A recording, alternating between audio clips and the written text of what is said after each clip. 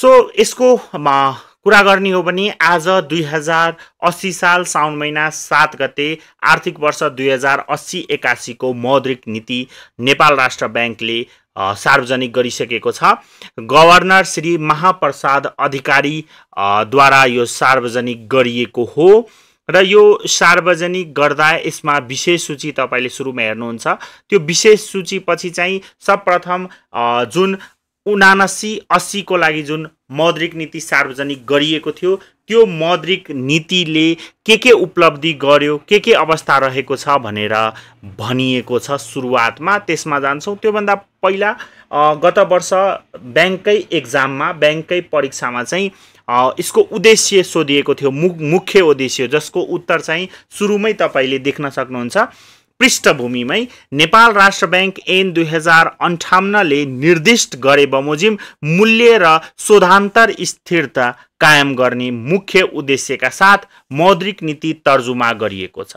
साथै वित्तीय पहुँच अभिवृद्धि गर्न, वित्तीय स्थायित्व कायम गर्न एवं सुरक्षित, स्वास्थ्य र सक्षम भुक्तानी प्रणालीको विकास गर्न, वित्तीय क्षेत्र, विदेशी विनिमय व्यवस्थापन र भुक्तानी प्रणाली सम्बन्धी नीतिहरू पनि मौद्रिक नीतिमा समावेश गरिएको छ। प्रश्न सोध्यो मौद्रिक नीतिको मुख्य उद्देश्य के हो भनेसी भन्न सक्नुहुन्छ यहाँबाट। दोस्रोमा रहेको छ आर्थिक वर्ष 2079-80 को 11 महिनाको आर्थिक तथा वित्तीय स्थिति सम्बन्धी तथ्याङ्क सार्वजनिक भइसकेको छ। बाह्य क्षेत्र तथा मूल्य स्थितिमा सुधार आएको छ भने सरकारी वित्त स्थिति दबावमा परेको अवस्था छ। निजी क्षेत्रतर्फ प्रवाह हुने कर्जाको वृद्धि सुस्त रहेको छ। आर्थिक गतिविधिमा केही स्थिरता आएकोले बैंकिङ प्रणालीको निष्क्रिय कर्जा अनुपात केही बढेको छ।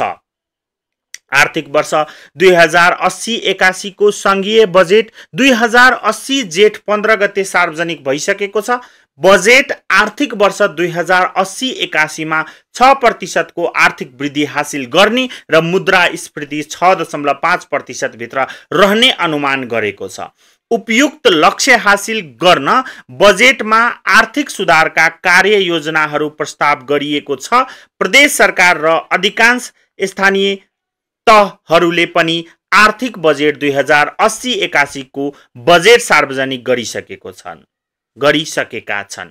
संघीय सरकारबाट प्रस्तावित सुधार कार्यक्रमहरूको कार्यान्वयन र संघीय तथा प्रदेश सरकारले बजेटमा विनियोजन गरे बमोजिम हुने पुँजीगत खर्च आर्थिक गतिविधि चलायमान हुने अपेक्षा रहेको छ।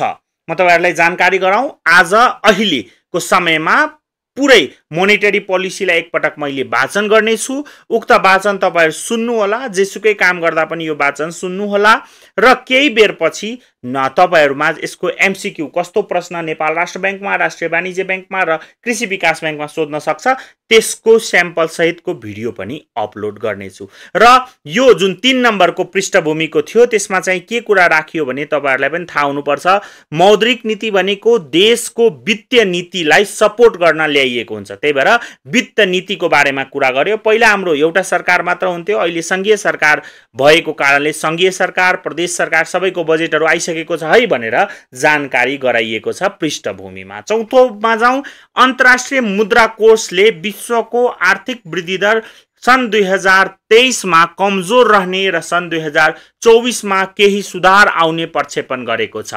सन् 2023 मा विश्वको मूल्य स्थितिमा सुधार आए तापनि अझै उच्च रहने कोषको प्रक्षेपण रहेको छ। मूल्य वृद्धि दर कम हुँदै गए तापनि लक्ष्यभन्दा अझै उच्च रहेकाले विकसित र उदयमान मुलुकहरूले मौद्रिक नीतिको कसिलो कार्यदिशालाई निरन्तरता दिएका छन्। 5 नम्बरमा जाउँ, अन्तर्राष्ट्रिय एवं राष्ट्रिय आर्थिक तथा वित्तीय स्थिति र परिदृश्य विकसित र छिमेकी मुलुकहरूले अवलम्बन गरेको नीतिगत कार्यदिशा, आर्थिक वर्ष 2079-80 को मौद्रिक नीतिको समीक्षा, नेपाल सरकारले आर्थिक वर्ष 2080-81 को बजेट मार्फत लिएको उद्देश्य र प्राथमिकता, सरोकारवाला निकाय, विद्वत वर्ग र नागरिकबाट प्राप्त सुझाव समेतका आधारमा आर्थिक वर्ष 2080-81 को मौद्रिक नीतिका साथै नियामकीय भुक्तानी प्रणाली र विदेशी विनिमय व्यवस्थापनसँग सम्बन्धित नीतिहरू तय गरिएको छ। यो मौद्रिक नीतिलाई तय गर्दा के ध्यान दियौं भनेर पृष्ठभूमिमा राखिएको छ। अन्तर्राष्ट्रिय मुद्रा कोषको हेरेर, छिमेकीको कार्यदिशाहरू हेरेर र हाम्रो जुन बजेट सार्वजनिक भयो त्यो बजेटलाई हेरेर पनि मौद्रिक नीतिको पृष्ठभूमि लेखिएको छ। अब दोस्रो पानामा आर्थिक वर्ष 2079-80 को जुन मौद्रिक नीति छ त्यसको समीक्षा सम्बन्धी कुरा गरेको छ। समीक्षा अर्थात् मौद्रिक नीति त गत वर्ष साउनमा आयो, त्यो मौद्रिक नीतिबाट के उपलब्धि भयो त, के सोचिएको थियो, के लक्ष्य लिएको थियो र उपलब्धि के पायो भनेर समीक्षा गरिएको छ। आर्थिक तथा मौद्रिक लक्ष्यको स्थिति हेरौं। आर्थिक वर्ष 2079-80 मा मुद्रास्फीति 7% भित्र कायम राख्ने गरी मौद्रिक नीतिको कार्यदिशा तय गरिएकोमा 2080 जेठसम्मको औसत मुद्रास्फीति 7.77% रहेको छ। 2080 जेठ महिनामा वार्षिक बिन्दुगत मुद्रास्फीति 6.83% रहेको छ। आर्थिक वर्ष 2079-80 मा न्यूनतम 7 महिनासम्मको वस्तु तथा सेवा आयात धान्न सक्ने गरी विदेशी विनिमय सञ्चित कायम राख्ने लक्ष्य रहेकोमा आर्थिक वर्ष 2079-80 को 11 महिनासम्म करिब 9.6 महिनाको वस्तु तथा सेवा आयात धान्न पर्याप्त विदेशी विनिमय सञ्चित रहेको छ। मौद्रिक नीतिको सञ्चालन लक्ष्यको रूपमा रहेको भारित औसत अन्तर्ब्याङ्क ब्याज दरलाई 5.5 देखि 8.5% भित्र राख्ने लक्ष्य गरिएकोमा वार्षिक औसत अन्तर्ब्याङ्क ब्याज दर 7.13% कायम भएको छ। यो भनेको हालको अवस्था छ। 2079-80 को समीक्षा गरियो। अब त्यही समीक्षा अन्तर्गत मौद्रिक व्यवस्थापन तथा ब्याज दरको स्थिति सम्बन्धी 9 नम्बर बुँदामा राखिएको छ। आर्थिक वर्ष 2079-80 मा खुला बजार कारोबार अन्तर्गत पटक पटक रिपो बोल कबोल गरी रु 414 अर्ब 47 करोड र सोझै खरिद बोल कबोल गरी रु 89 अर्ब 70 करोड तरलता प्रवाह गरिएको छ भने रिभर्स रिपो र निक्षेप संकलन बोल कबोल गरी कुल रु 108 अर्ब 20 करोड तरलता प्रसोचन भएको छ।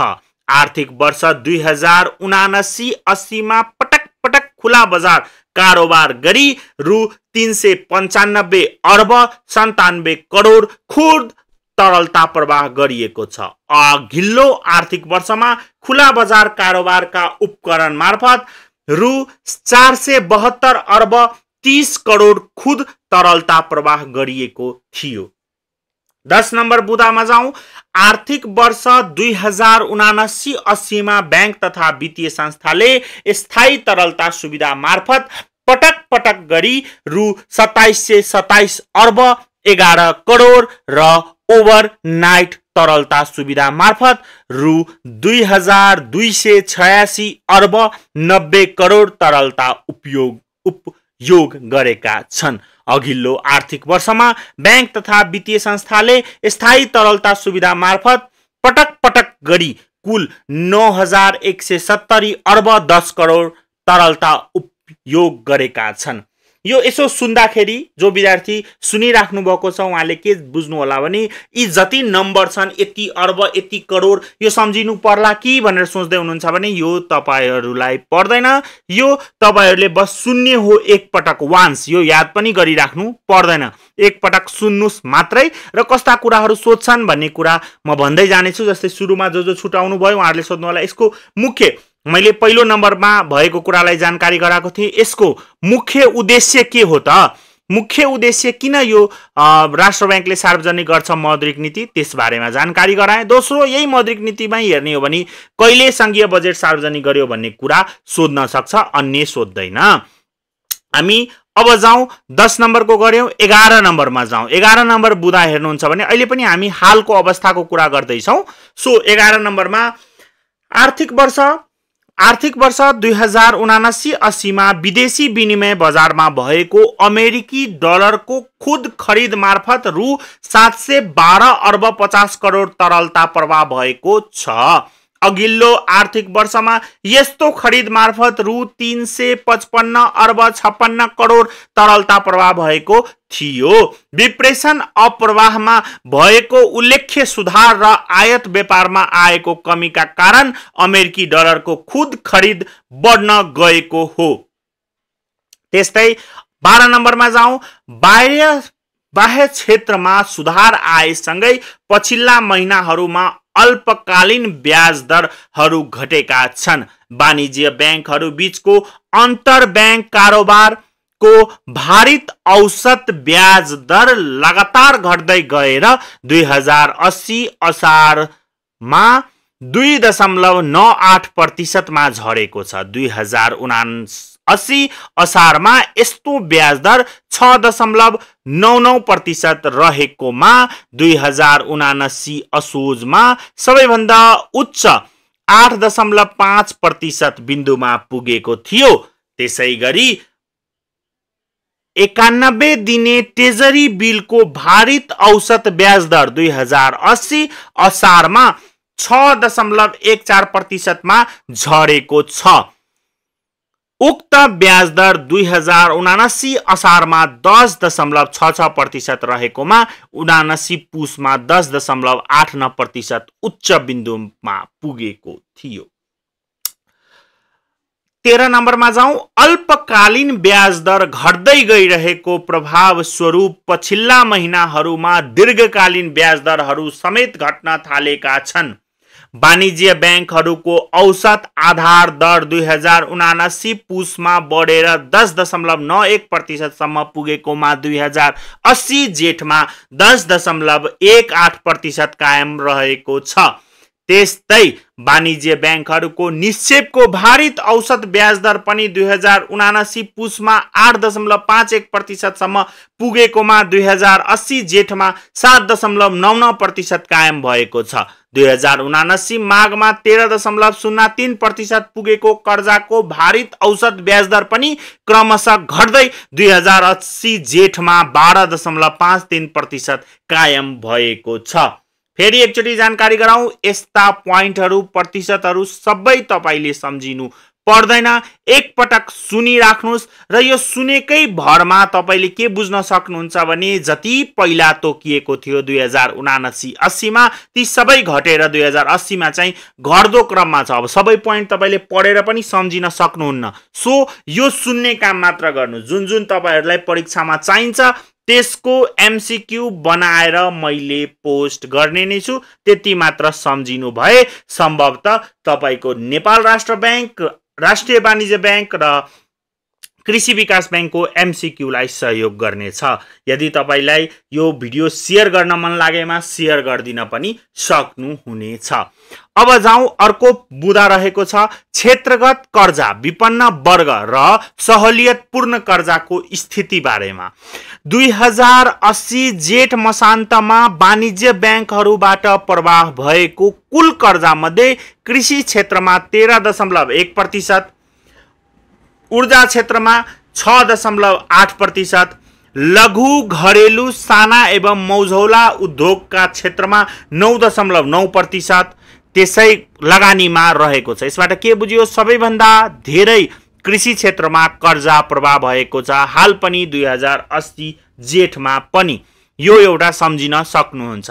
त्यसैगरी विकास बैंकहरूबाट कृषि, लघु, घरेलु तथा साना उद्योग, व्यवसाय, ऊर्जा र पर्यटन क्षेत्रमा कुल कर्जाको 24.9% र वित्तीय कम्पनीहरूबाट 22.33% लगानीमा रहेको छ। दुईटा बैंकको कुरा गरे, वाणिज्यको सबैभन्दा बढी कृषि क्षेत्रमा रहेको छ भने सम्झिनु होला र विकास बैंकले 24.9% टोटलमा चाहिँ लगानी गरेको छ। 15 नम्बर बुदाले के भन्दैछ, वाणिज्य बैंकहरूबाट प्रवाह भएको कुल कर्जा सापट मध्ये 2080 जेठ मसान्तमा औसत 6.1% कर्जा विपन्न वर्गमा गरिएको छ। त्यसैगरी विकास बैंकहरूबाट यस क्षेत्रमा 9.1% र वित्तीय कम्पनीहरूबाट यही क्षेत्रमा 6.1% कर्जा लगानीमा रहेको छ। 16 नम्बर प्रश्नले 16 नम्बरको बुदामा हेरौं, नेपाल सरकारबाट ब्याज अनुदान उपलब्ध गराइएको सहुलियतपूर्ण कर्जा मध्ये 2080 जेठ मसान्तमा 1,47,510 ऋणीलाई रु 203 अर्ब 10 करोड कर्जा लगानीमा रहेको छ।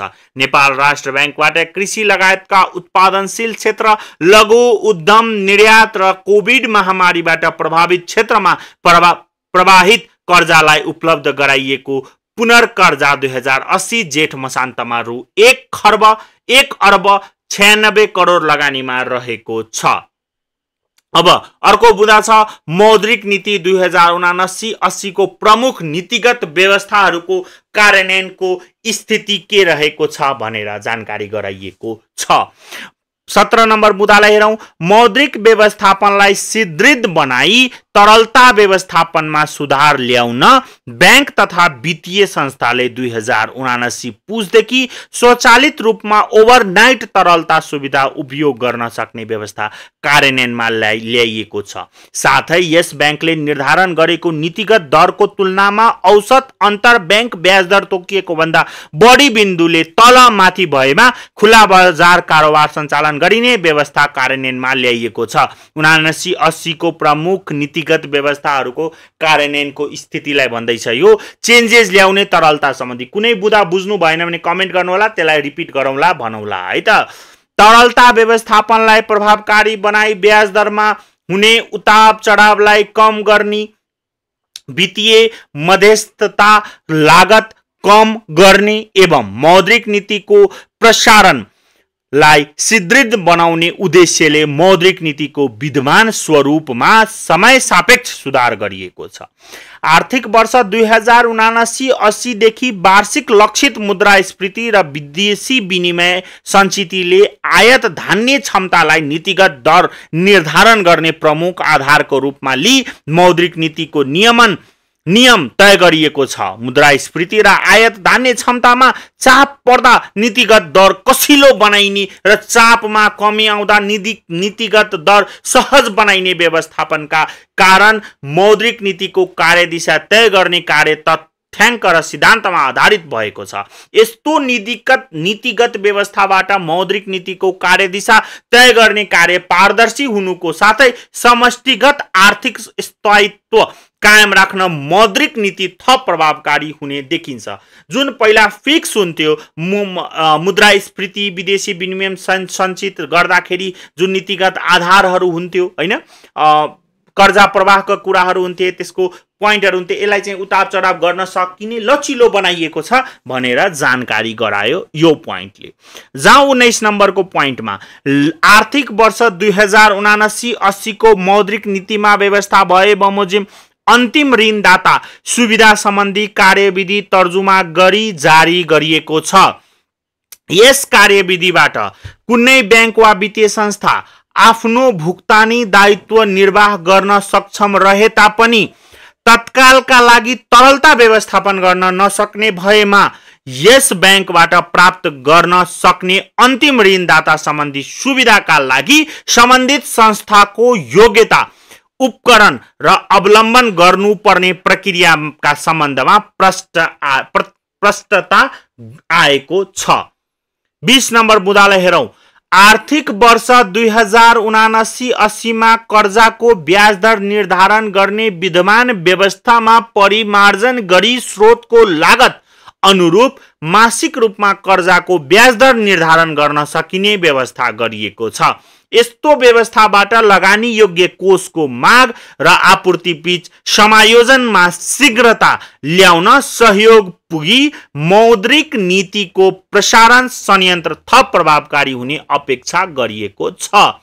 21 नम्बरको प्रश्नमा जाउँ, 21 नम्बरको बुदामा जाउँ। वाणिज्य ब्याङ्कहरूले 2080 असारबाट औसत ब्याज दर अन्तर 4.0% भित्र कायम गर्नुपर्ने व्यवस्था कार्यान्वयनमा आएको छ। त्यसै गरी यस्तो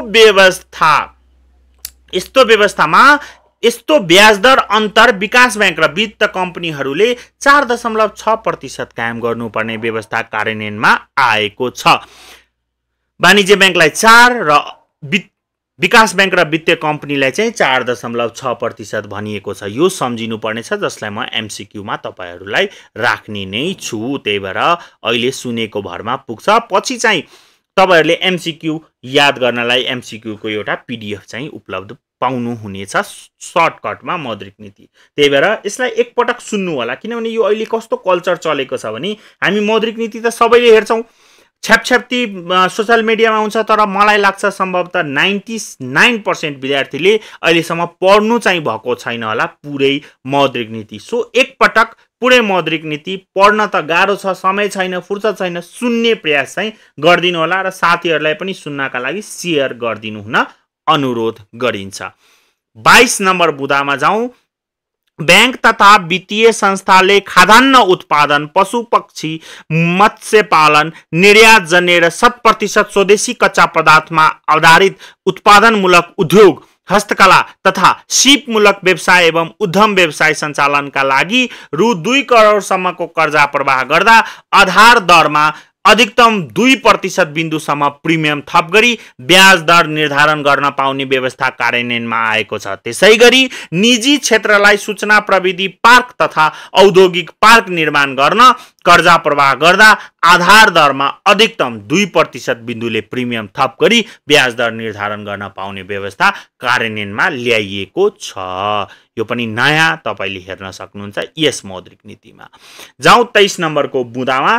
23 नम्बरको बुदा रहेको छ लघु वित्त कार्यक्रम मार्फत वित्तीय सेवाका अतिरिक्त विपन्न वर्गको सिप तथा उद्यमशीलता विकास र साना उद्यम व्यवसायलाई प्रवर्धन गर्न सहयोग पुगेको छ। लघु बचत तथा लघु कर्जाको विस्तारबाट विपन्न वर्गमा वित्तीय सेवाको पहुँच अभिवृद्धि भएको छ।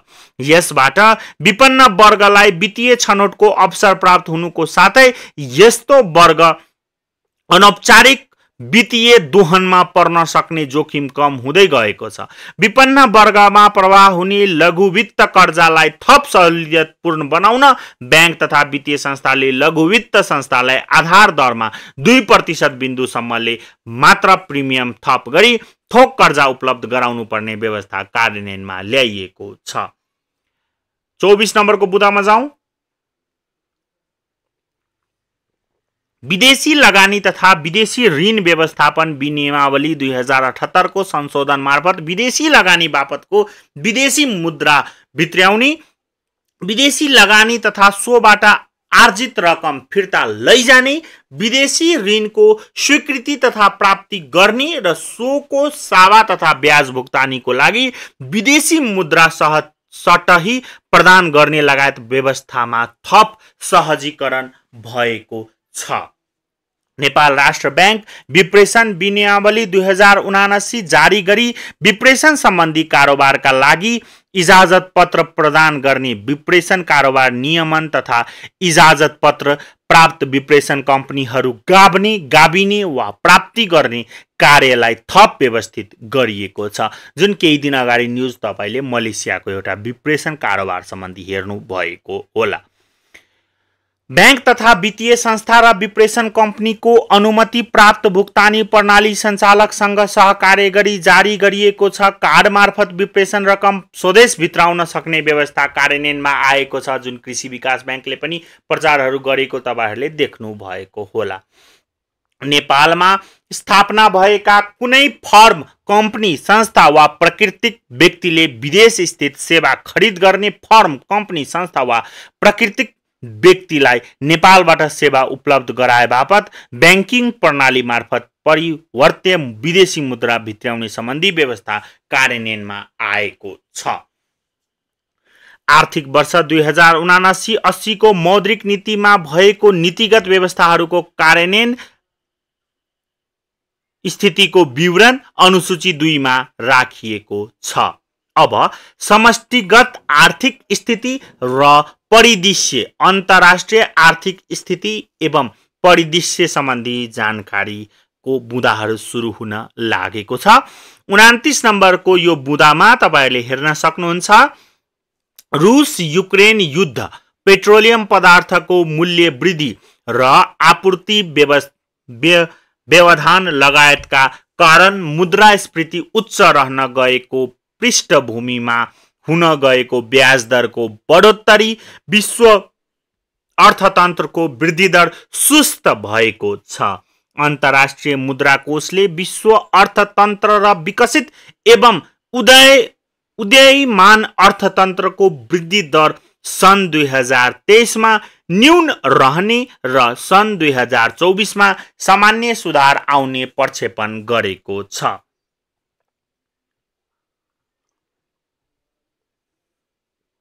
30 नम्बरको बुँदामा जाउँ। अन्तर्राष्ट्रिय मुद्रा कोषको सन् 2023 अप्रिलको प्रक्षेपण अनुसार विश्व अर्थतन्त्र सन् 2022 मा 3.4% ले विस्तार भएकोमा सन् 2023 मा 2.8% ले र सन् 2024 मा 3.0% ले विस्तार हुने देखिएको छ। विकसित अर्थतन्त्र भने सन् 2022 मा 2.7% ले विस्तार भएकोमा सन् 2023 मा 1.3% ले र सन् 2024 मा 1.4% ले विस्तार हुने कोषको प्रक्षेपण छ।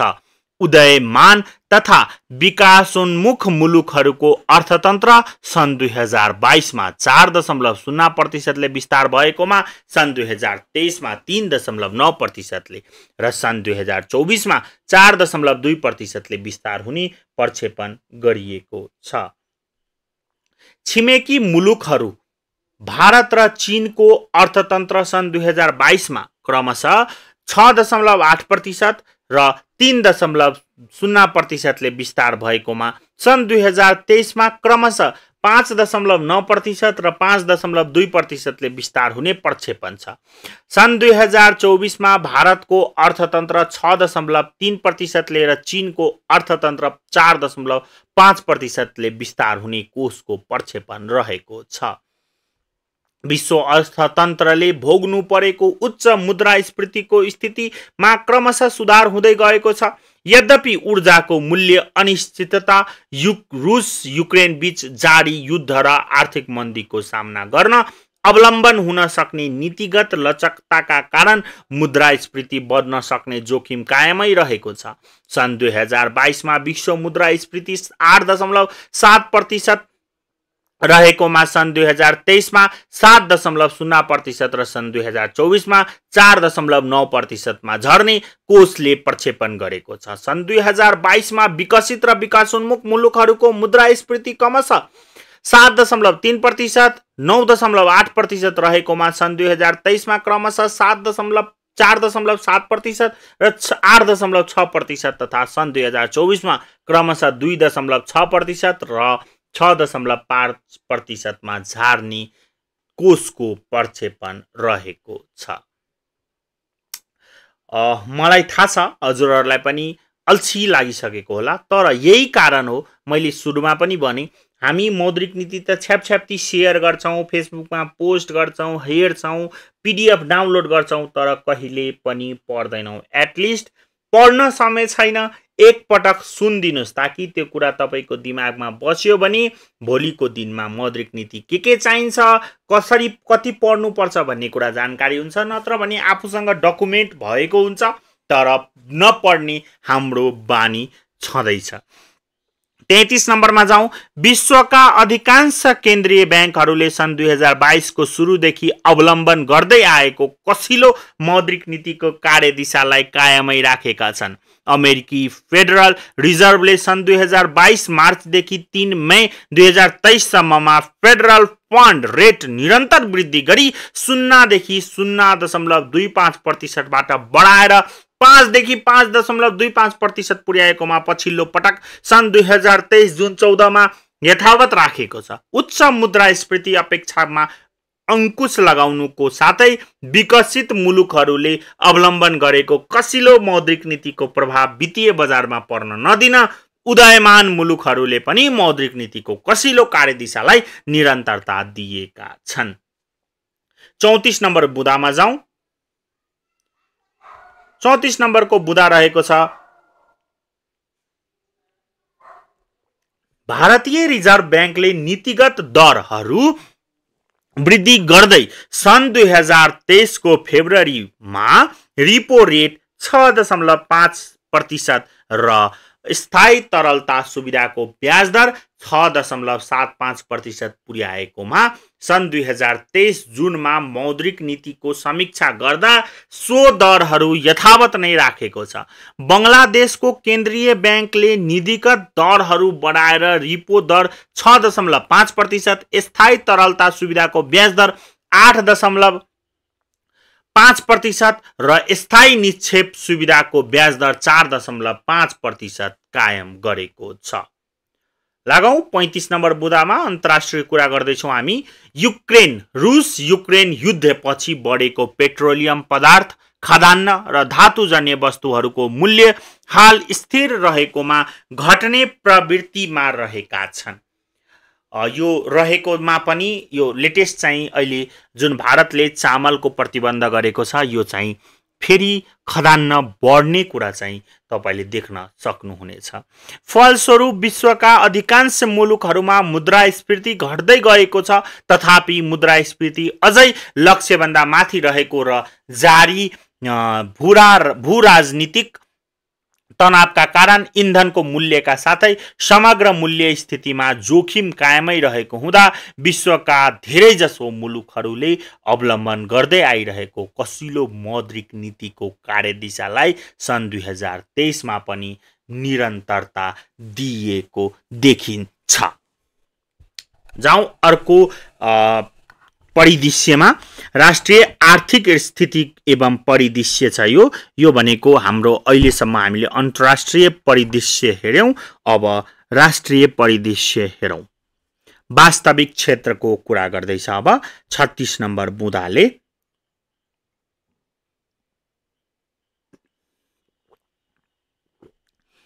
राष्ट्रिय तथ्याङ्क कार्यालयले आर्थिक वर्ष 2079-80 मा आर्थिक वृद्धि आधारभूत मूल्य भन्दा 2.16% प्रतिशत र उत्पादकको मूल्यमा 1.86% रहने अनुमान गरेको छ।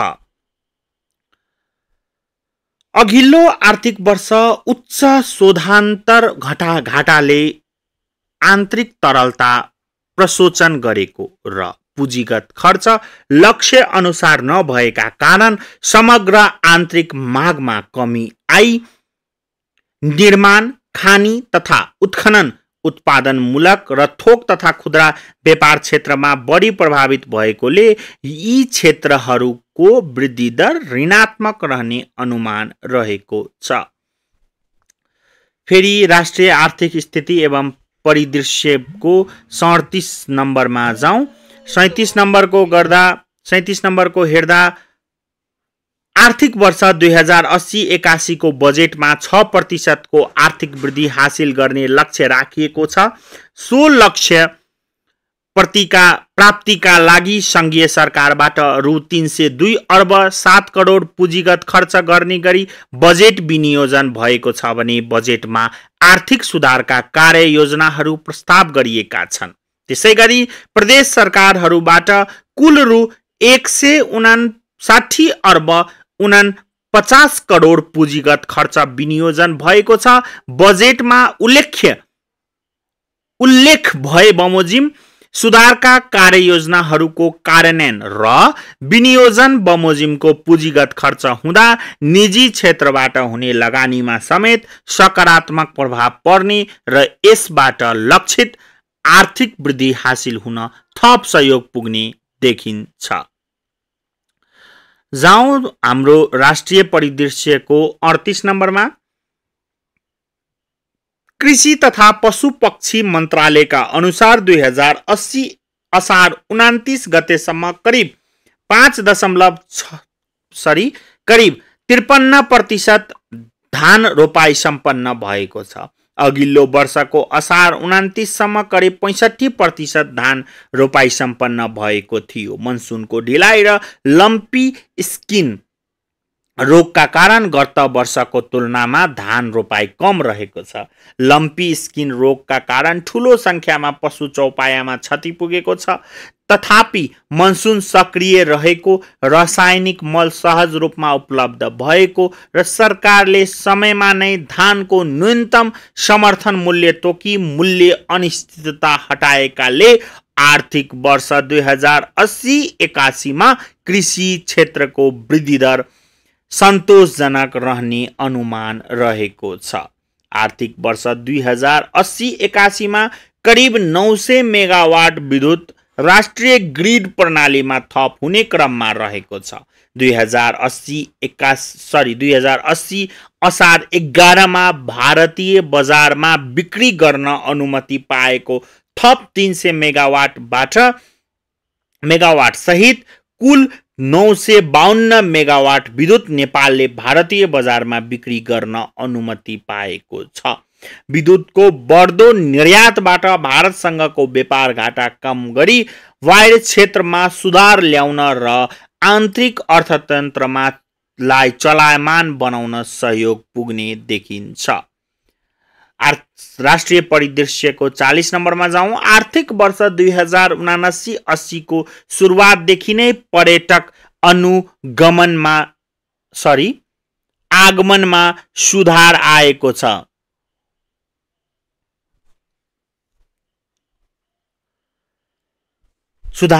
भएको छ। कोभिडको असर कम भएसँगै अन्तर्राष्ट्रिय यात्रा मापदण्डहरू खुकुलो बनाइएको छ भने व्यावसायिक वातावरण सहज बन्दै गएको छ। नेपाल सरकारले सन् 2023 देखि 33 लाई नेपाल भ्रमण दशकको रूपमा मनाउने घोषणा गरेको र होटल एयरपोर्ट लगायतका पर्यटनसँग सम्बन्धित पूर्वाधारहरूको विस्तार हुँदै गएकोले आगामी वर्षहरूमा विदेशी पर्यटकको आगमन संख्यामा निरन्तर बढोत्तरी हुने र पर्यटन क्षेत्र थप विस्तार हुने देखिएको छ। 41 नम्बरको बुदामा जाउँ। राष्ट्रिय परिदृश्यको आर्थिक वर्ष 2079-80 मा खास गरी निर्माण क्षेत्र र निर्माण क्षेत्रसँग अन्तर सम्बन्धित क्षेत्रहरू सङ्कुचनमा गएका छन्। आर्थिक क्रियाकलापलाई गति दिन थोक तथा खुद्रा व्यापार, खानी तथा उत्खनन, उत्पादनमूलक क्षेत्र लगायत अर्थतन्त्रका अन्य क्षेत्रसँग बलियो अग्र तथा पृष्ठ सम्बन्ध भएको निर्माण क्षेत्रलाई चलायमान बनाउन पूर्वाधार लगायत विकास निर्माणमा समयमा नै पुँजीगत खर्च हुने व्यवस्था मिलाउनु आवश्यक छ। यसबाट अन्य क्षेत्रको निजी माग समेत बढ्न गई लक्षित आर्थिक वृद्धि हासिल गर्न सहयोग पुग्ने छ। 42 नम्बर बुदामा बाह्य क्षेत्रमा सुधार भई ब्याज दर घट्दो क्रममा रहेकोले निजी माग विस्तार हुने र यसबाट आर्थिक क्रियाकलाप चलायमान बनाउन सहयोग पुग्ने देखिन्छ। बाह्य रोजगारीमा जानेको संख्या बढेको हुनाले विप्रेषण आप्रवाह पनि सन्तोषप्रद रहने अनुमान छ। तर उल्लेख्य संख्यामा युवाहरू वैदेशिक रोजगारी र अध्ययनको लागि विदेशिने क्रम बढेकोले आन्तरिक माग केही हदसम्म प्रभावित भएको छ। अब बुदा आउँछ मुद्रास्फीति, जुन महत्त्वपूर्ण रहेको छ। बुदागत रूपमा पढ्नलाई पनि तपाईले यो सुनिदिनु होला। वार्षिक औसत उपभोक्ता मुद्रास्फीति लक्षित सीमाभन्दा केही माथि रहने देखिएको छ। आर्थिक वर्ष 2078-79 को 11 महिनासम्ममा औसत उपभोक्ता मुद्रास्फीति 6.18% रहेकोमा आर्थिक वर्ष 2079-80 को सोही अवधिमा 7.77% कायम भएको छ। 2080 जेठ मसान्तमा भने वार्षिक बिन्दुगत मुद्रास्फीति लक्षित सीमाभन्दा केही कम 6.83% रहेको छ।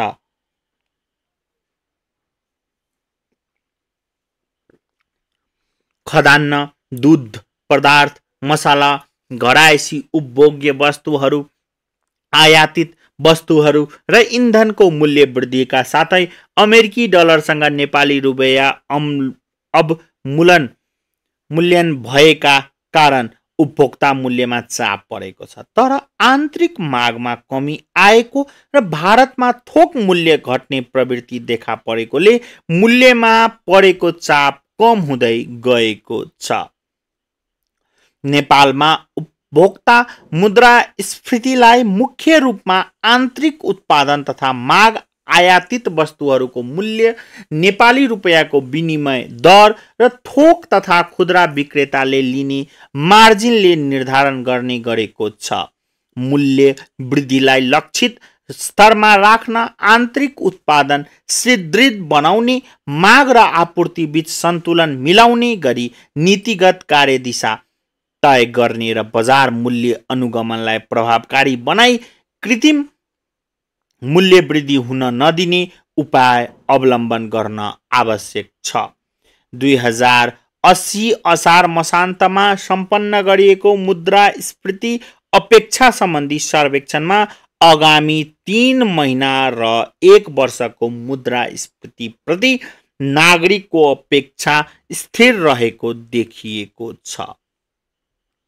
46 नम्बर बुदामा अन्तर्राष्ट्रिय स्तरमा मूल्यमा परेको चाप कम हुँदै गए तापनि कच्चा तेलको मूल्यमा रहेको अनिश्चितता र जारी रुस युक्रेन युद्धका कारण मूल्यमा उच्च जोखिमको स्थिति अझै विद्यमान छ। तथापि अन्तर्राष्ट्रिय स्तरमा कायम रहेको नीतिगत कार्यदिशा, मुद्रास्फीतिको घट्दो क्रम, मुद्रास्फीति सम्बन्धी नागरिकको स्थिर अपेक्षा र मूल्यको आधार प्रभाव समेतलाई दृष्टिगत गर्दा आर्थिक वर्ष 2080-81 मा 6.5% को सीमाभित्र मुद्रास्फीति रहने देखिन्छ। अब बाह्य क्षेत्रको बारेमा कुरा गरौँ। 47 नम्बरको बुदामा जान्छौँ हामी। 47 नम्बरको बुदा आर्थिक वर्ष 2079-80 मा वैदेशिक व्यापारमा गिरावट आएको छ। समीक्षा वर्षको 11 महिनामा कुल वस्तु निर्यातमा 22.7% ले कमी आई रु 143 अर्ब 59 करोड कायम भएको छ भने कुल वस्तु आयातमा 16.0% ले कमी आई रु 1480 अर्ब 98 करोड कायम भएको छ। फलस्वरूप गत वर्षको तुलनामा व्यापार घाटा 15.2% ले सुधार भई रु 1337 अर्ब 39 करोड रहने गएको छ। बजेटको आकार विप्रेषण, आप्रवाहको वर्तमान प्रवृत्ति र ब्याज दरको घट्दो क्रमलाई दृष्टिगत गर्दा आगामी वर्ष आयात तथा सेवा व्यापार करिब 16% ले विस्तार हुने अनुमान रहेको छ। 48 नम्बर बुदामा जाउँ। आर्थिक वर्ष 2079-80 मा शोधान्तर स्थितिमा सुधार आएको छ। आर्थिक वर्ष 2079-80 को 11 महिनासम्ममा शोधान्तर स्थिति रु 228 अर्ब 98 करोडले बचतमा रहेको छ। तर चालु खाता भने रु 69 अर्ब 40 करोडले घाटामा रहेको छ। अघिल्लो आर्थिक वर्षको यसै अवधिमा चालू खाता रु 592 अर्ब 14 करोड र शोधान्तर स्थिति 269 अर्ब 81 करोडले घाटामा रहेको थियो। 49 नम्बर बुदामा जाउँ। नयाँ र बढी आय हुने श्रम गन्तव्य मुलुकहरूमा वैदेशिक रोजगारमा जाने प्रवृत्ति र विप्रेषण आप्रवाहलाई गरिएको प्रोत्साहनले आर्थिक वर्ष 2079-80 मा विप्रेषण आप्रवाह सन्तोषजनक रहेको छ। आर्थिक वर्ष 2079-80 को 11 महिनासम्ममा विप्रेषण आप्रवाह नेपाली रुपैयाँमा 22.7% र अमेरिकी डलरमा 13.0% वृद्धि भएको छ। कोभिडको असर कम भएसँगै वैदेशिक रोजगारीमा गएका नेपालीको संख्या उल्लेख्य रहे तापनि आर्थिक वर्ष 2079-80 मा उच्च स्तरमा विप्रेषण आप्रवाह भएका आधारमा आर्थिक वर्ष 2080-81 मा विप्रेषण आप्रवाहको वृद्धि दर सामान्य रहने देखिन्छ। आर्थिक वर्ष 2079-80 मा भ्रमण आय 94.3% ले बढेको छ। आर्थिक वर्ष 2080-81 मा पनि भ्रमण आय सन्तोषजनक रहने अनुमान छ। विदेशी विनिमय सञ्चिति सुविधाजनक अवस्थामा रहेको छ। 2079 असार मसान्तको तुलनामा कुल विदेशी विनिमय सञ्चित 21.8% ले वृद्धि भई 2080 जेठ मसान्तमा रु 1480 अर्ब 87 करोड पुगेको छ। अमेरिकी डलरमा यस्तो सञ्चिति 18.5% ले वृद्धि भई 11 अर्ब 30 करोड पुगेको छ। विप्रेषण अप्रवाहको वृद्धि दर उच्च नहुनु तर आयातको वृद्धि दर भने उच्च रहन गएमा विदेशी विनिमय सञ्चितमा दबाव पर्ने जोखिम छ। यसर्थ बाहिर क्षेत्रको दिगो सुधारको लागि निर्यात तथा पर्यटन प्रवर्धन गर्ने वैदेशिक लगानी विस्तार गर्ने र औपचारिक माध्यमबाट विप्रेषण आप्रवाह बित्याउने कार्यलाई प्राथमिकतामा राख्न आवश्यक छ। 52 नम्बर बुदामा जाउँ। आर्थिक वर्ष 2080-81 मा निजी क्षेत्रतर्फ जाने कर्जा, बजेटको आकार र यसले प्रस्तावित वैदेशिक सहयोग, आयात तथा निर्यात व्यापार र विप्रेषण अप्रवाहको प्रवृत्तिलाई दृष्टिगत गर्दा चालू खाता घाटामा वृद्धि भए तापनि शोधान्तर स्थिति केही बचतमा रहने प्रक्षेपण रहेको छ। अब कुरा गरौँ सरकारी वित्तको। 53 नम्बर बुदादेखि सरकारी वित्तको कुरा गरिएको छ। सरकारी वित्तको कुरा गर्दा नेपाल सरकार अर्थ मन्त्रालय महालेखा नियन्त्रक कार्यालयको तथ्याङ्क अनुसार आर्थिक वर्ष 2078-79 को तुलनामा आर्थिक वर्ष 2079-80 मा संघीय सरकारको कुल खर्च 10.3% ले वृद्धि भएको छ भने राजस्व परिचालन 10.4% ले घटेको छ। आर्थिक वर्ष 2079-80 मा भएको कुल खर्चमा चालू खर्चको अंश 70.35% ले र पुँजीगत खर्चको अंश 16.34% रहेको छ। चालू र पुँजीगत शीर्षक तर्फ विनियोजित बजेटको क्रमशः 85.0% र 61.4% खर्च भएको छ। 54 नम्बर बुदामा जाउँ। आर्थिक वर्ष 2079-80 मा संघीय सरकारको रु 957 अर्ब 15 करोड राजस्व परिचालन भएको छ भने रु 1429 अर्ब 56 करोड कुल खर्च भएको छ। सो तथ्याङ्क अनुसार आर्थिक वर्ष 2079-80 मा राजस्व घाटा रु 472 अर्ब 41 करोड रहन गएको छ। अघिल्लो आर्थिक वर्ष राजस्व घाटा रु 228 अर्ब 29 करोड रहेको थियो। न्यून गृहस्थ बचतका कारण आन्तरिक स्रोत सीमित रहेको सन्दर्भमा निजी लगानीलाई आवश्यक हुने स्रोत अभाव हुन नदिन बढ्दो राजस्व घाटा पूर्तिका लागि नेपाल सरकारले आर्थिक वर्ष 2080-81 को बजेटमा बाह्य स्रोत परिचालनलाई प्राथमिकतामा राखेको छ।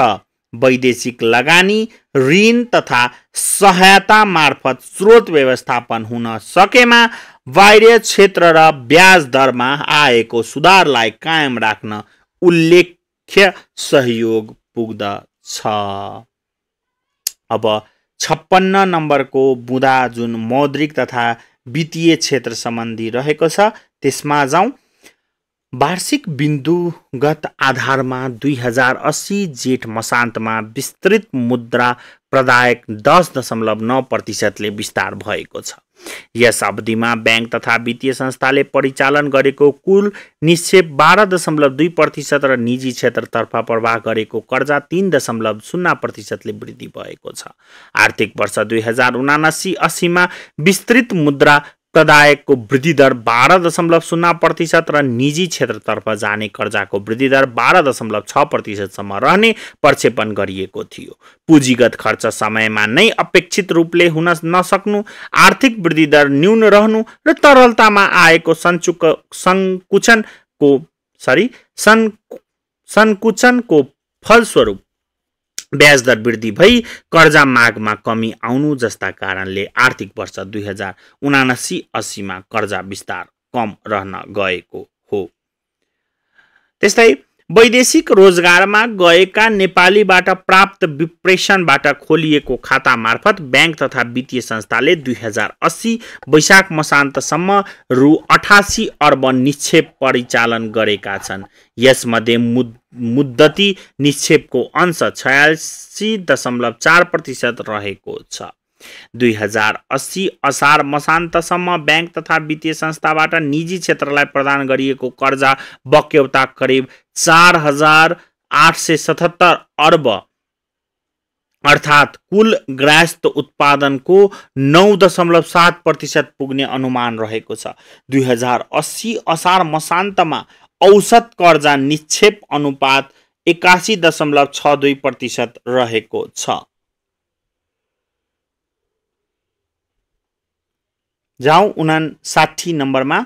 विप्रेषण अप्रवाहको प्रवृत्ति, तरलतामा आएको सुधार एवं ब्याज दरको घट्दो क्रम तथा बजेट वक्तव्यमा प्रस्तावित सुधार कार्ययोजना र सङ्घ तथा प्रदेश सरकारको विनियोजन बमोजिम हुने पुँजीगत खर्चका कारण आर्थिक गतिविधि चलायमान भई निजी क्षेत्रबाट हुन सक्ने कर्जाको माग र बैंक तथा वित्तीय संस्थाको कर्जा प्रवाह गर्न सक्ने क्षमतालाई दृष्टिगत गर्दा आर्थिक वर्ष 2080-81 मा निजी क्षेत्रतर्फ जाने कर्जा 562 अर्बसम्मले वृद्धि हुने प्रक्षेपण रहेको छ। यही कारण हो मैले पटक पटक तपाईहरुलाई भन्दैछु, हामीले आजसम्म सबैको हातमा यो मौद्रिक नीति पुगिसकेको होला। धेरै जनाले नहेरी मौद्रिक नीति सार्वजनिक भयो भनेर शेयर पनि गरिसक्नु भएको होला, तर सम्भवतः 90% भन्दा बढी विद्यार्थीले कहिले पनि मौद्रिक नीति पुरै पढ्नु हुँदैन। जबकि यदि तपाईले बैंकिङ तयारी गर्दै हुनुहुन्छ, लोक सेवाको तपाई अधिकृत लेभलका कुनै तयारी गर्दै हुनुहुन्छ, बैंक तथा वित्तीय संस्थाको तयारी गर्दै हुनुहुन्छ भने मौद्रिक नीति कम्तीमा हरेक दिन एक पटक हेर्नु पर्ने छ। तर पनि नसकेकोमा महिनाको 3 पटकसम्म 10 गते, 10 गते, 20 गते र 30 गते गरी महिनाको 3 पटक हेर्नुपर्छ। किन हेर्ने भने बैंक तथा वित्तीय संस्था तयारी गर्ने विद्यार्थीलाई मौद्रिक नीतिमा रहेका शब्दहरूको प्रयोग आफ्नो परीक्षामा गर्न सकुन् भनेर हेर्नुपर्ने हुन्छ। जाउँ 60 नम्बरमा, जुन चाहिँ आर्थिक वर्ष 2080-81 को मौद्रिक नीतिको स्वरूप रहेको छ। मौद्रिक नीतिको कार्यदिशाको वस्तु स्थिति बारेमा कुरा गर्ने छ। नीतिगत व्यवस्थाको परिणाम स्वरूप बाह्य क्षेत्रमा परेको दबाव कम भएको छ।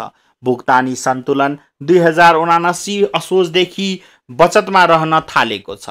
बाह्य क्षेत्रमा आएको सुधारसँगै ब्याङ्किङ प्रणालीमा तरलता सहज हुँदै गएको छ। फलस्वरूप अल्पकालीन ब्याज दरहरू घटेका छन् भने दीर्घकालीन ब्याज दरहरू पनि घट्ने क्रममा रहेका छन्। यसरी बाह्य क्षेत्र र तरलतामा आएको सुधारबाट आन्तरिक आर्थिक गतिविधि चलायमान हुँदै जाने अपेक्षा रहेको छ।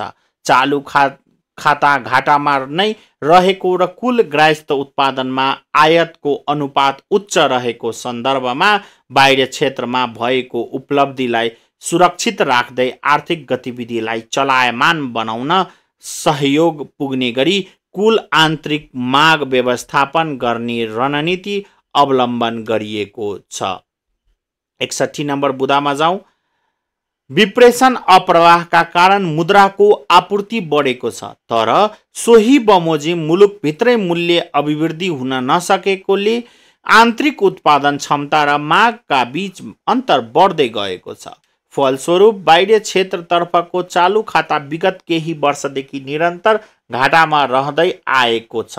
स्थिर विनिमय दर नीति अवलम्बन गरिएको सन्दर्भमा चालु खाता निरन्तर घाटामा रहनुले बाह्य क्षेत्र मात्रै नभएर आन्तरिक स्थायित्वमा समेत जोखिम रहने हुन्छ। यसर्थ आन्तरिक माग एवं आपूर्ति बीच सन्तुलन कायम राखी समग्र माग व्यवस्थापन गर्दै समष्टिगत आर्थिक स्थायित्व हासिल गर्नेतर्फ मौद्रिक नीति केन्द्रित गरिएको छ। 62 नम्बर बुदामा जाउँ। नेपालको सम्भावित उत्पादन क्षमता पोटेन्सियल आउटपुट क्यापेसिटीको वृद्धि दर करिब 4.5% को हाराहारीमा रहेको देखिन्छ।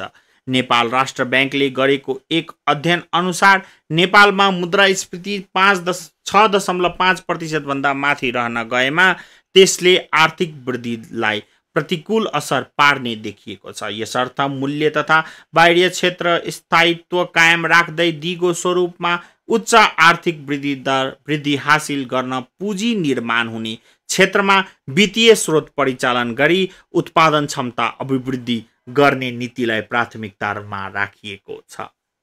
लगाउँ हाम्रो 63औं नम्बरको बुदामा। छिमेकी मुलुक भारतको तुलनामा नेपालमा मुद्रास्फीति अझै पनि उच्च छ। भारतीय रुपैयाँसँग नेपाली रुपैयाँको विनिमय दर स्थिर राखिएको र करिब 2/3 जति आयात भारतबाट हुने गरेको हुँदा सामान्यतया भारतीय मुद्रास्फीतिले नेपालको मुद्रास्फीतिलाई प्रभाव पार्ने देखिन्छ। तर नेपाल जस्तो कमजोर निर्यात क्षमता र आयातमा आधारित उत्पादन तथा उपभोग संरचना भएको मुलुकहरूका लागि मुद्रास्फीति नियन्त्रणमा विदेशी विनिमय सञ्चितको भूमिका पनि उत्तिकै महत्त्वपूर्ण हुने गर्दछ। समष्टिगत माग अधिक विस्तार भई विदेशी विनिमय सञ्चितले आयात धान्न सक्ने क्षमता कम हुन गएमा आपूर्ति र व्यावसायिक वातावरण प्रभावित भई छिमेकी मुलुक लगायत विश्व स्तरमा मुद्रास्फीति न्यून रहे पनि नेपालमा भने मुद्रास्फीति उच्च रहन सक्ने जोखिम रहन्छ। यसर्थ आन्तरिक मागमा हुने अधिक विस्तारले विदेशी विनिमय सञ्चित र स्थिर विनिमय दरमा बढी दबाव नपरोस् भन्नेतर्फ सजग रही मौद्रिक नीति तर्जुमा गरिएको छ। लगाउँ 64औं नम्बर बुदामा। आर्थिक वर्ष 2079-80 को मौद्रिक नीतिले वार्षिक प्रक्षेपित मुद्रास्फीति भन्दा कम नहुने गरी नीतिगत दर तय गर्ने व्यवस्थाको सुरुवात गरिएको छ। नीतिगत दरलाई वाञ्छित स्तरमा राख्न प्राकृतिक ब्याज दर नेचुरल इन्ट्रेस्ट रेटलाई सन्दर्भ रिफरेन्सको रूपमा लिने प्रचलन पनि रहेको छ। प्राकृतिक ब्याज दर प्रत्यक्ष रूपमा मापन नहुने भएकोले विभिन्न तथ्याङ्कीय तथा अर्थमितीय विधिहरूमध्ये लामो समयावधिको औसत मुद्रास्फीतिको आधारमा पनि यसको अनुमान गर्ने गरिन्छ। नेपालमा पछिल्लो 25 वर्षको औसत मुद्रास्फीति 6.7% रहेको छ। यसलाई आधार मान्दा नेपालको प्राकृतिक ब्याज दर 6.5% को हाराहारीमा रहेको अनुमान गर्न सकिन्छ। प्राकृतिक ब्याज दरको तुलनामा नीतिगत दर न्यून हुँदा बाह्य क्षेत्र दबावमा पर्ने र उच्च हुँदा आन्तरिक आर्थिक गतिविधि प्रभावित हुने सम्भावना रहन्छ। यसर्थ मुद्रास्फीति र बाह्य क्षेत्र सम्बन्धी परिदृश्यका अतिरिक्त प्राकृतिक ब्याज दरलाई पनि नीतिगत दर तय गर्दा सन्दर्भको रूपमा लिइएको छ।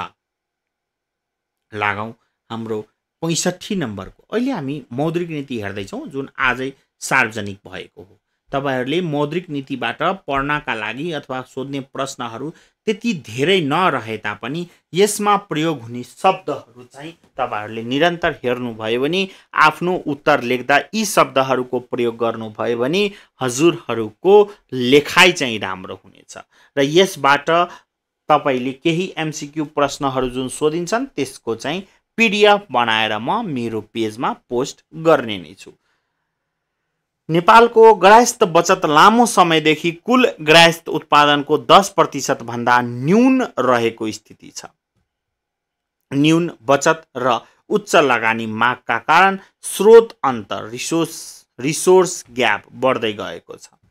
सार्वजनिक तथा निजी लगानीको उत्पादकत्व न्यून रहेका कारण अन्तर्राष्ट्रिय प्रतिस्पर्धी क्षमता बढ्न सकेको छैन भने लगानी गुणक इन्भेस्टमेन्ट मल्टिप्लायर र गृहस्थ बचत दर न्यून रहेको छ। बचत दर वृद्धिका लागि सार्वजनिक तथा निजी लगानीलाई अधिकतम प्रतिफल दिने क्षेत्रमा परिचालन गरी पुँजी निर्माणको गति बढाउन आवश्यक छ।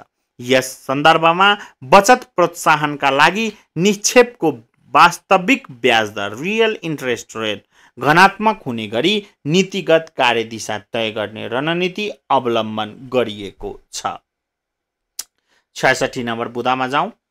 कुल गृहस्थ उत्पादनको तुलनामा नेपालमा निजी क्षेत्रतर्फ प्रभाव भएको कर्जाको आकार दक्षिण एसियामा नै उच्च रहेको छ। बैंक तथा वित्तीय संस्था, सहकारी संस्था, बीमा कम्पनी, नागरिक लगानी कोष र कर्मचारी सञ्चय कोषबाट प्रभाव भएको कर्जा समेतलाई गणना गर्दा नेपालको निजी क्षेत्र अधिक ऋण भारमा परेको स्थिति छ। अधिक ऋण भारको स्थिति कर्जा र वास्तविक क्षेत्र बीचको कमजोर सम्बन्ध र वित्तीय क्षेत्रमा पछिल्लो समय देखा परेको गैर व्यावसायिक गतिविधिका कारण निष्क्रिय कर्जा बढ्न थालेको छ। उपयुक्त पृष्ठभूमिमा वित्तीय स्थायित्व कायम राख्ने कार्यलाई प्राथमिकतामा राखिएको छ। यसबाट यो बुदामा 66 नम्बरको बुदामा तपाईहरुले चाहिँ कर्जा प्रवाह चाहिँ एकदम महँगो छ भनेर हेर्नु भएको होला। यो कर्जा प्रवाह महँगो हुनुको रिजन पनि हेर्नुस् र त्यसपछि हाम्रो जुन सेभिङ र प्रदान गरिने निक्षेपमा प्रदान गरिने कर्जा छ त्यो पनि बढी नै रहेको छ। 67 नम्बरमा जाउँ। पछिल्लो 20 वर्षमा बैंकिङ क्षेत्रबाट औसत 19.4% कर्जा विस्तार भएको छ।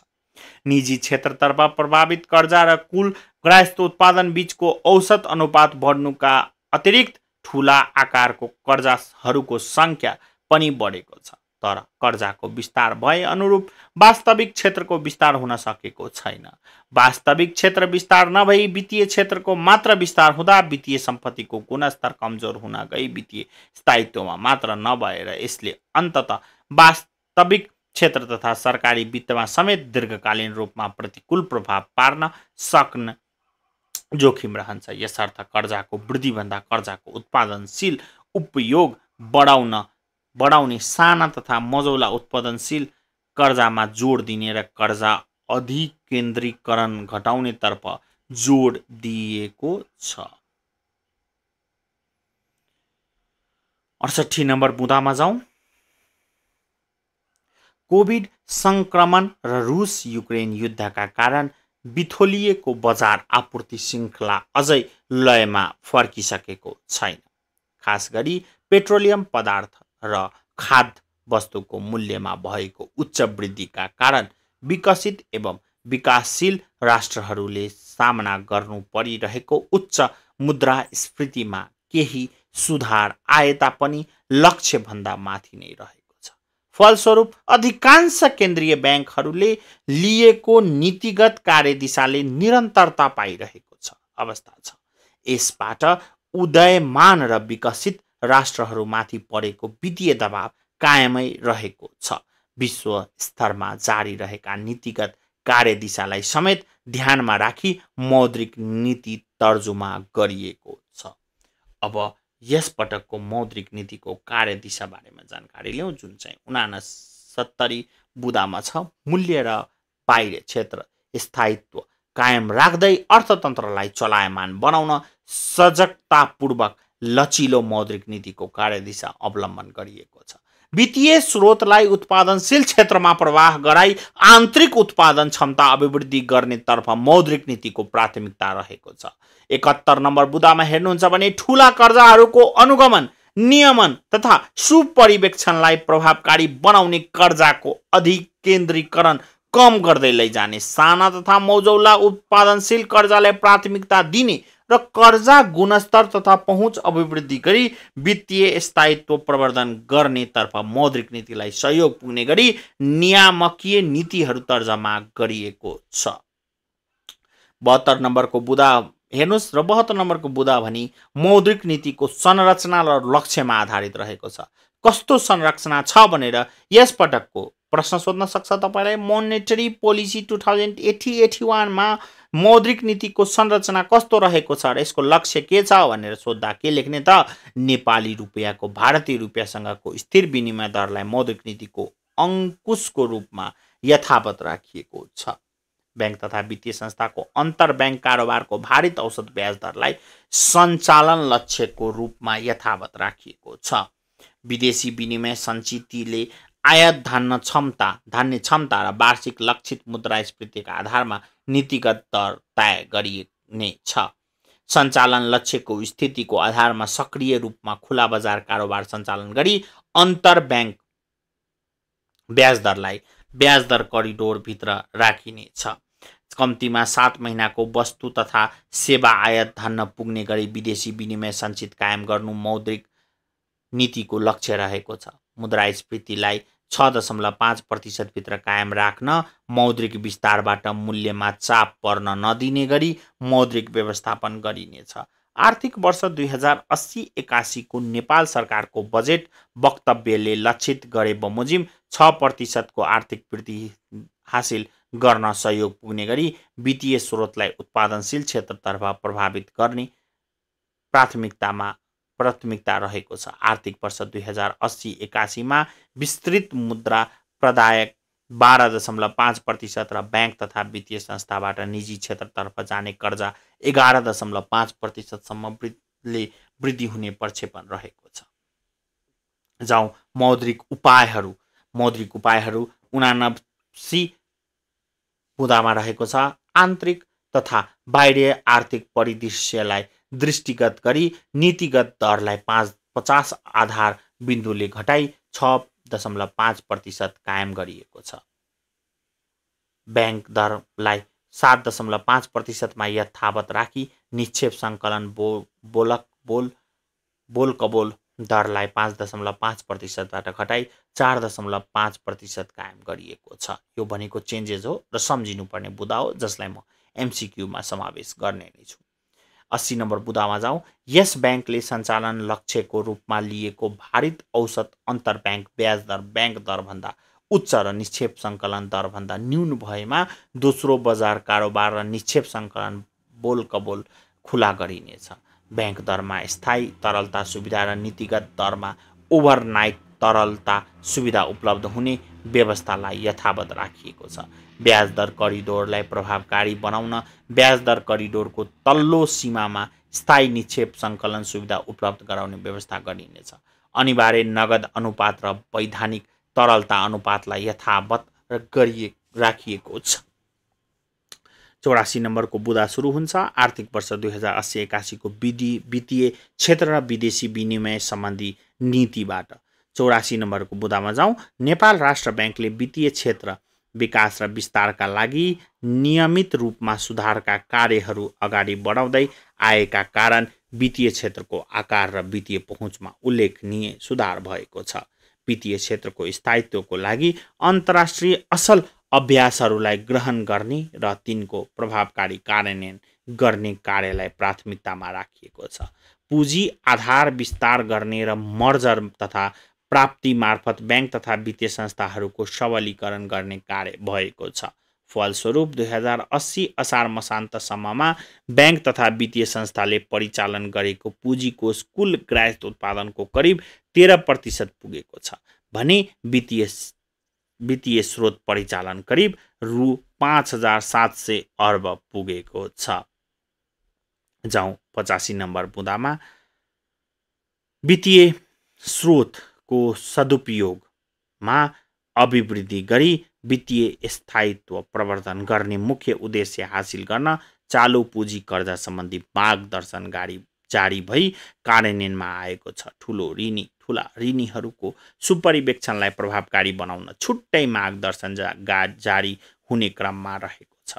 एकल ग्राहक कर्जा सुविधा सम्बन्धी व्यवस्थामा परिमार्जन गरी कर्जा अधिकेन्द्रीकरण घटाउने र साना तथा मझौला उत्पादनशील व्यवसायलाई प्रवर्धन गर्ने कार्यलाई प्राथमिकतामा राखिएको छ। त्यसैगरी ब्याङ्किङ क्षेत्रको सम्पत्तिको गुणस्तर मूल्याङ्कन गर्ने, कर्जा जोखिम न्यूनीकरण गर्ने, सुपरिवेक्षीय क्षमता अभिवृद्धि गर्ने, सुपरिवेक्षीय सूचना प्रणालीको विकास र प्रयोग गर्ने, समष्टिगत आर्थिक उतार चढावका कारण वित्तीय क्षेत्रमा आउन सक्ने दबाव आकलन गर्ने, म्याक्रो स्ट्रेस टेस्टिङ फ्रेमवर्क तयार गरी लागू गर्ने, वित्तीय क्षेत्रसँग सम्बन्धित ऐन कानुनहरूको समसामयिक पुनरावलोकन गर्ने लगायतका कार्य जारी राखिएको छ। जाउँ 86 नम्बर बुँदामा नेपालको बजारलाई अन्तर्राष्ट्रिय बजारसँग एकीकृत गरी बजार पहुँच अभिवृद्धि गर्ने, बाहिर क्षेत्रको चालु खाता पूर्ण परिवर्त्य बनाइसकिएको छ भने पुँजी खातालाई पनि आवश्यकता अनुसार खुकुलो बनाउँदै लगिएको छ। विदेशी विनिमय सञ्चितको उत्पादनमूलक उपयोग अभिवृद्धि गर्न मौद्रिक तथा वित्तीय क्षेत्रको नीतिगत सामञ्जस्य हुने गरी विदेशी विनिमय नीति तर्जुमा गरी कार्यान्वयन हुँदै आएको छ। विद्युतीय कारोबारलाई सरल, सुरक्षित एवं प्रभावकारी बनाउन भुक्तानी तथा फर्स्यौट सम्बन्धी भौतिक पूर्वाधार, कानुनी तथा नियामकीय व्यवस्था गरिएको छ। साथै विद्युतीय भुक्तानीलाई प्रवर्धन गर्न अन्तर्राष्ट्रिय गेटवेसँग आबद्ध गर्दै नवीनतम उपकरण र प्रविधिको प्रयोगलाई जोड दिइएको छ। यसबाट विद्युतीय कारोबार, भुक्तानी तथा फर्स्यौटमा उल्लेख्य विस्तार भएको छ। 88 नम्बरमा जाउँ। आर्थिक वर्ष 2080-81 को मौद्रिक नीतिको कार्यदिशासँग सामञ्जस्य हुने गरी देहाय बमोजिमका ब्याङ्किङ क्षेत्रसँग सम्बन्धित कानुनी नियामकीय तथा विदेशी विनिमय व्यवस्थापन र भुक्तानी प्रणालीसँग सम्बन्धित नीतिहरू तर्जुमा गरिएको छ। अब जाउँ नियमन तथा परिवेक्षणको 89 बुँदातर्फ। वित्तीय क्षेत्रको स्थायित्वलाई असर पुर्याउने गैर व्यावसायिक तथा उच्छुलिङ गतिविधिलाई समेत नियन्त्रण गर्न सहयोग पुग्ने गरी विद्यमान ब्याङ्किङ कसुर ऐन 2064 मा समसामयिक संशोधन प्रक्रिया अगाडि बढाइनेछ। पारस्परिक मूल्याङ्कनबाट प्राप्त सुझाव समेतका आधारमा सम्पत्ति शुद्धिकरण निवारणसँग सम्बन्धित निर्देशनहरू जारी गरिनेछ। साथै सम्बन्धित कानुनको समसामयिक परिमार्जन गर्न र राष्ट्रिय रणनीति तर्जुमा गर्न सहजीकरण गरिनेछ। पहिलो आवासीय घर कर्जाको सीमा रु 1,50,00,000 वृद्धि गरी रु 2 करोड पुर्याइनेछ। ब्याङ्क तथा वित्तीय संस्थामा खाता खोली विप्रेषण पठाएमा कम्तीमा 1% थप ब्याज दिने व्यवस्थालाई निरन्तरता दिइनेछ। ब्याङ्क तथा वित्तीय संस्थाको सुझाव समेत आधारमा चालु पुँजी कर्जा सम्बन्धी मार्गदर्शनमा आवश्यक पुनरावलोकन गरिनेछ। प्राकृतिक प्रकोप वा अन्य विशेष परिस्थितिजन्य कारणले समस्यामा परेका ऋणीहरूको कर्जा पुनर्संरचना लगायतका व्यवस्था गरेर पुनरुत्थान तथा अन्य व्यवस्थापनका लागि बैंक तथा वित्तीय संस्थाले अवलम्बन गर्नुपर्ने उपाय र प्रक्रियालाई समावेश गरी स्ट्रेस्ड लोन रेजोल्युसन फ्रेमवर्क जारी गरिनेछ।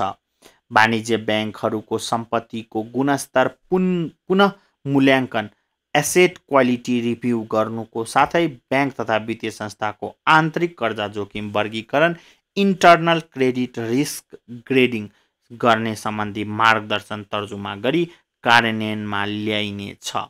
राष्ट्रिय स्तरका विकास बैंकहरूले समेत पूर्ण रूपमा क्यापिटल एडिक्वेसी फ्रेमवर्क 2015 अनुसार पुँजी कोष कायम गर्नुपर्ने व्यवस्था लागू गरिनेछ। नेपाल लेखामान अनुसार expected credit loss model ECL कार्यान्वयनका लागि आवश्यक नीति तर्जुमा गरिनेछ। कर्जा प्रवाहको वर्तमान अवस्था समेत विश्लेषणको आधारमा तोकिएका क्षेत्रमा कर्जा लगानी गर्नुपर्ने सम्बन्धी विद्यमान अव्यवस्था आवश्यक पुनरावलोकन गरिनेछ। आर्थिक वर्ष 2080-81 को नेपाल सरकारको बजेट उल्लेख भए बमोजिम बैंक तथा वित्तीय संस्थाबाट निश्चित सीमाभन्दा बढी कर्जा सुविधा उपयोग गर्ने ऋणीहरूले अनिवार्य रूपमा स्थायी प्यान नम्बर लिनुपर्ने स्थायी लेखा नम्बर लिनुपर्ने व्यवस्था पुनरावलोकन गरिनेछ।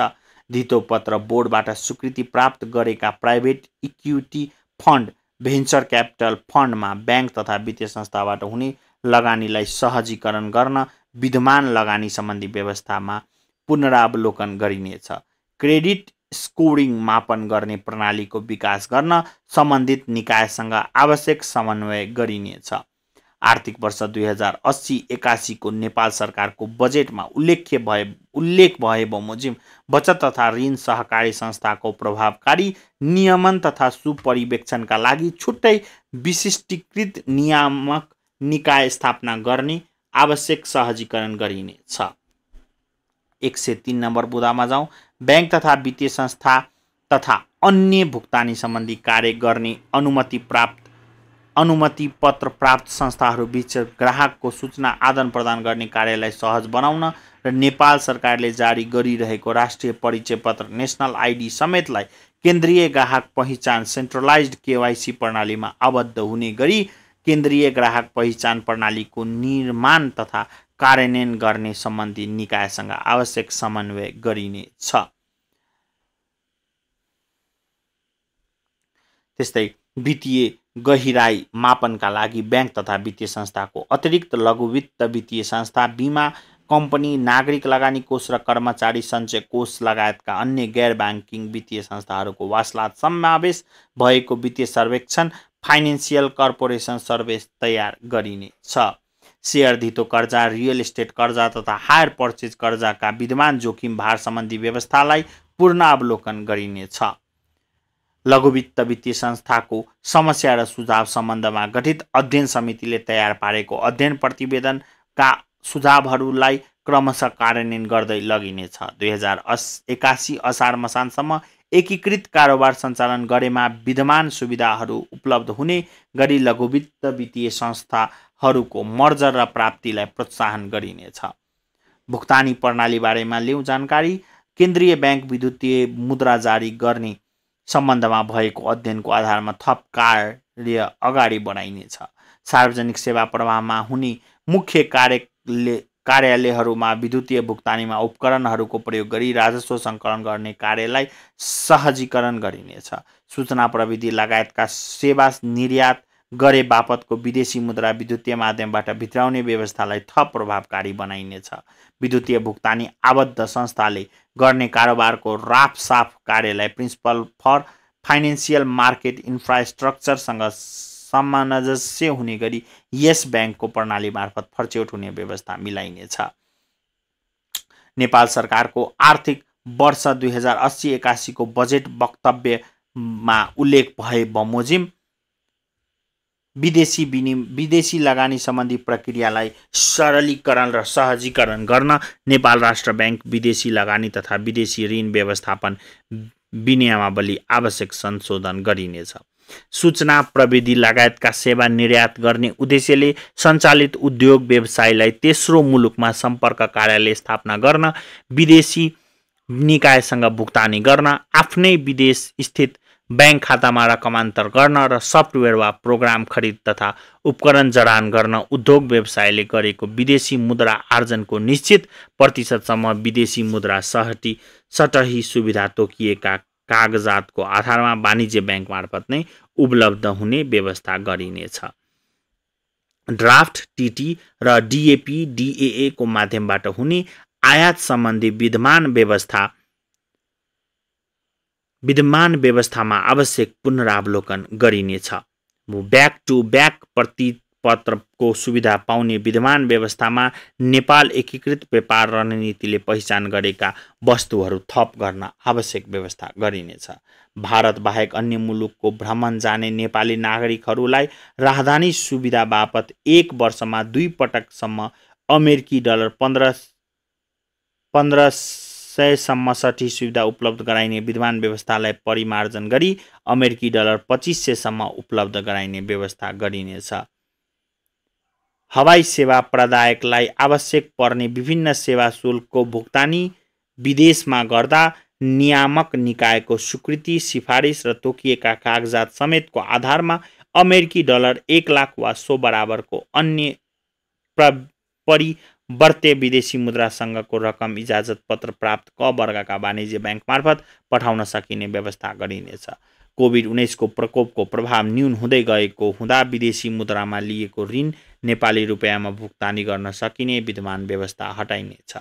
बैंक तथा वित्तीय संस्थाले यस बैंकको स्वीकृतिमा भित्र्याइएको बाहिरी ऋणमा अन्तर्निहित विदेशी विनिमय जोखिम व्यवस्थापनका लागि स्वैप लगायतका उपकरणका आधारमा सम्बन्धमा गरिएको अध्ययनका आधारमा यस्ता उपकरणहरू उपलब्ध हुने व्यवस्था गरिनेछ। अन्त्यमा यस नीतिको कार्यान्वयनबाट समष्टिगत आर्थिक स्थायित्व प्रवर्धन हुने, वित्तीय स्रोत उत्पादनशील उपभोग अभिवृद्धि हुने, वित्तीय पहुँच विस्तार हुने र उच्च तथा दिगो आर्थिक वृद्धिको लक्ष्य हासिल गर्न सहयोग पुग्ने अपेक्षा रहेको छ। आर्थिक तथा वित्तीय स्थितिको त्रैमासिक समीक्षा गरी मौद्रिक वित्तीय क्षेत्र, भुक्तानी प्रणाली र विदेशी विनिमय व्यवस्थापनसँग सम्बन्धित नीति तथा आवश्यक पुनरावलोकन गरिनेछ।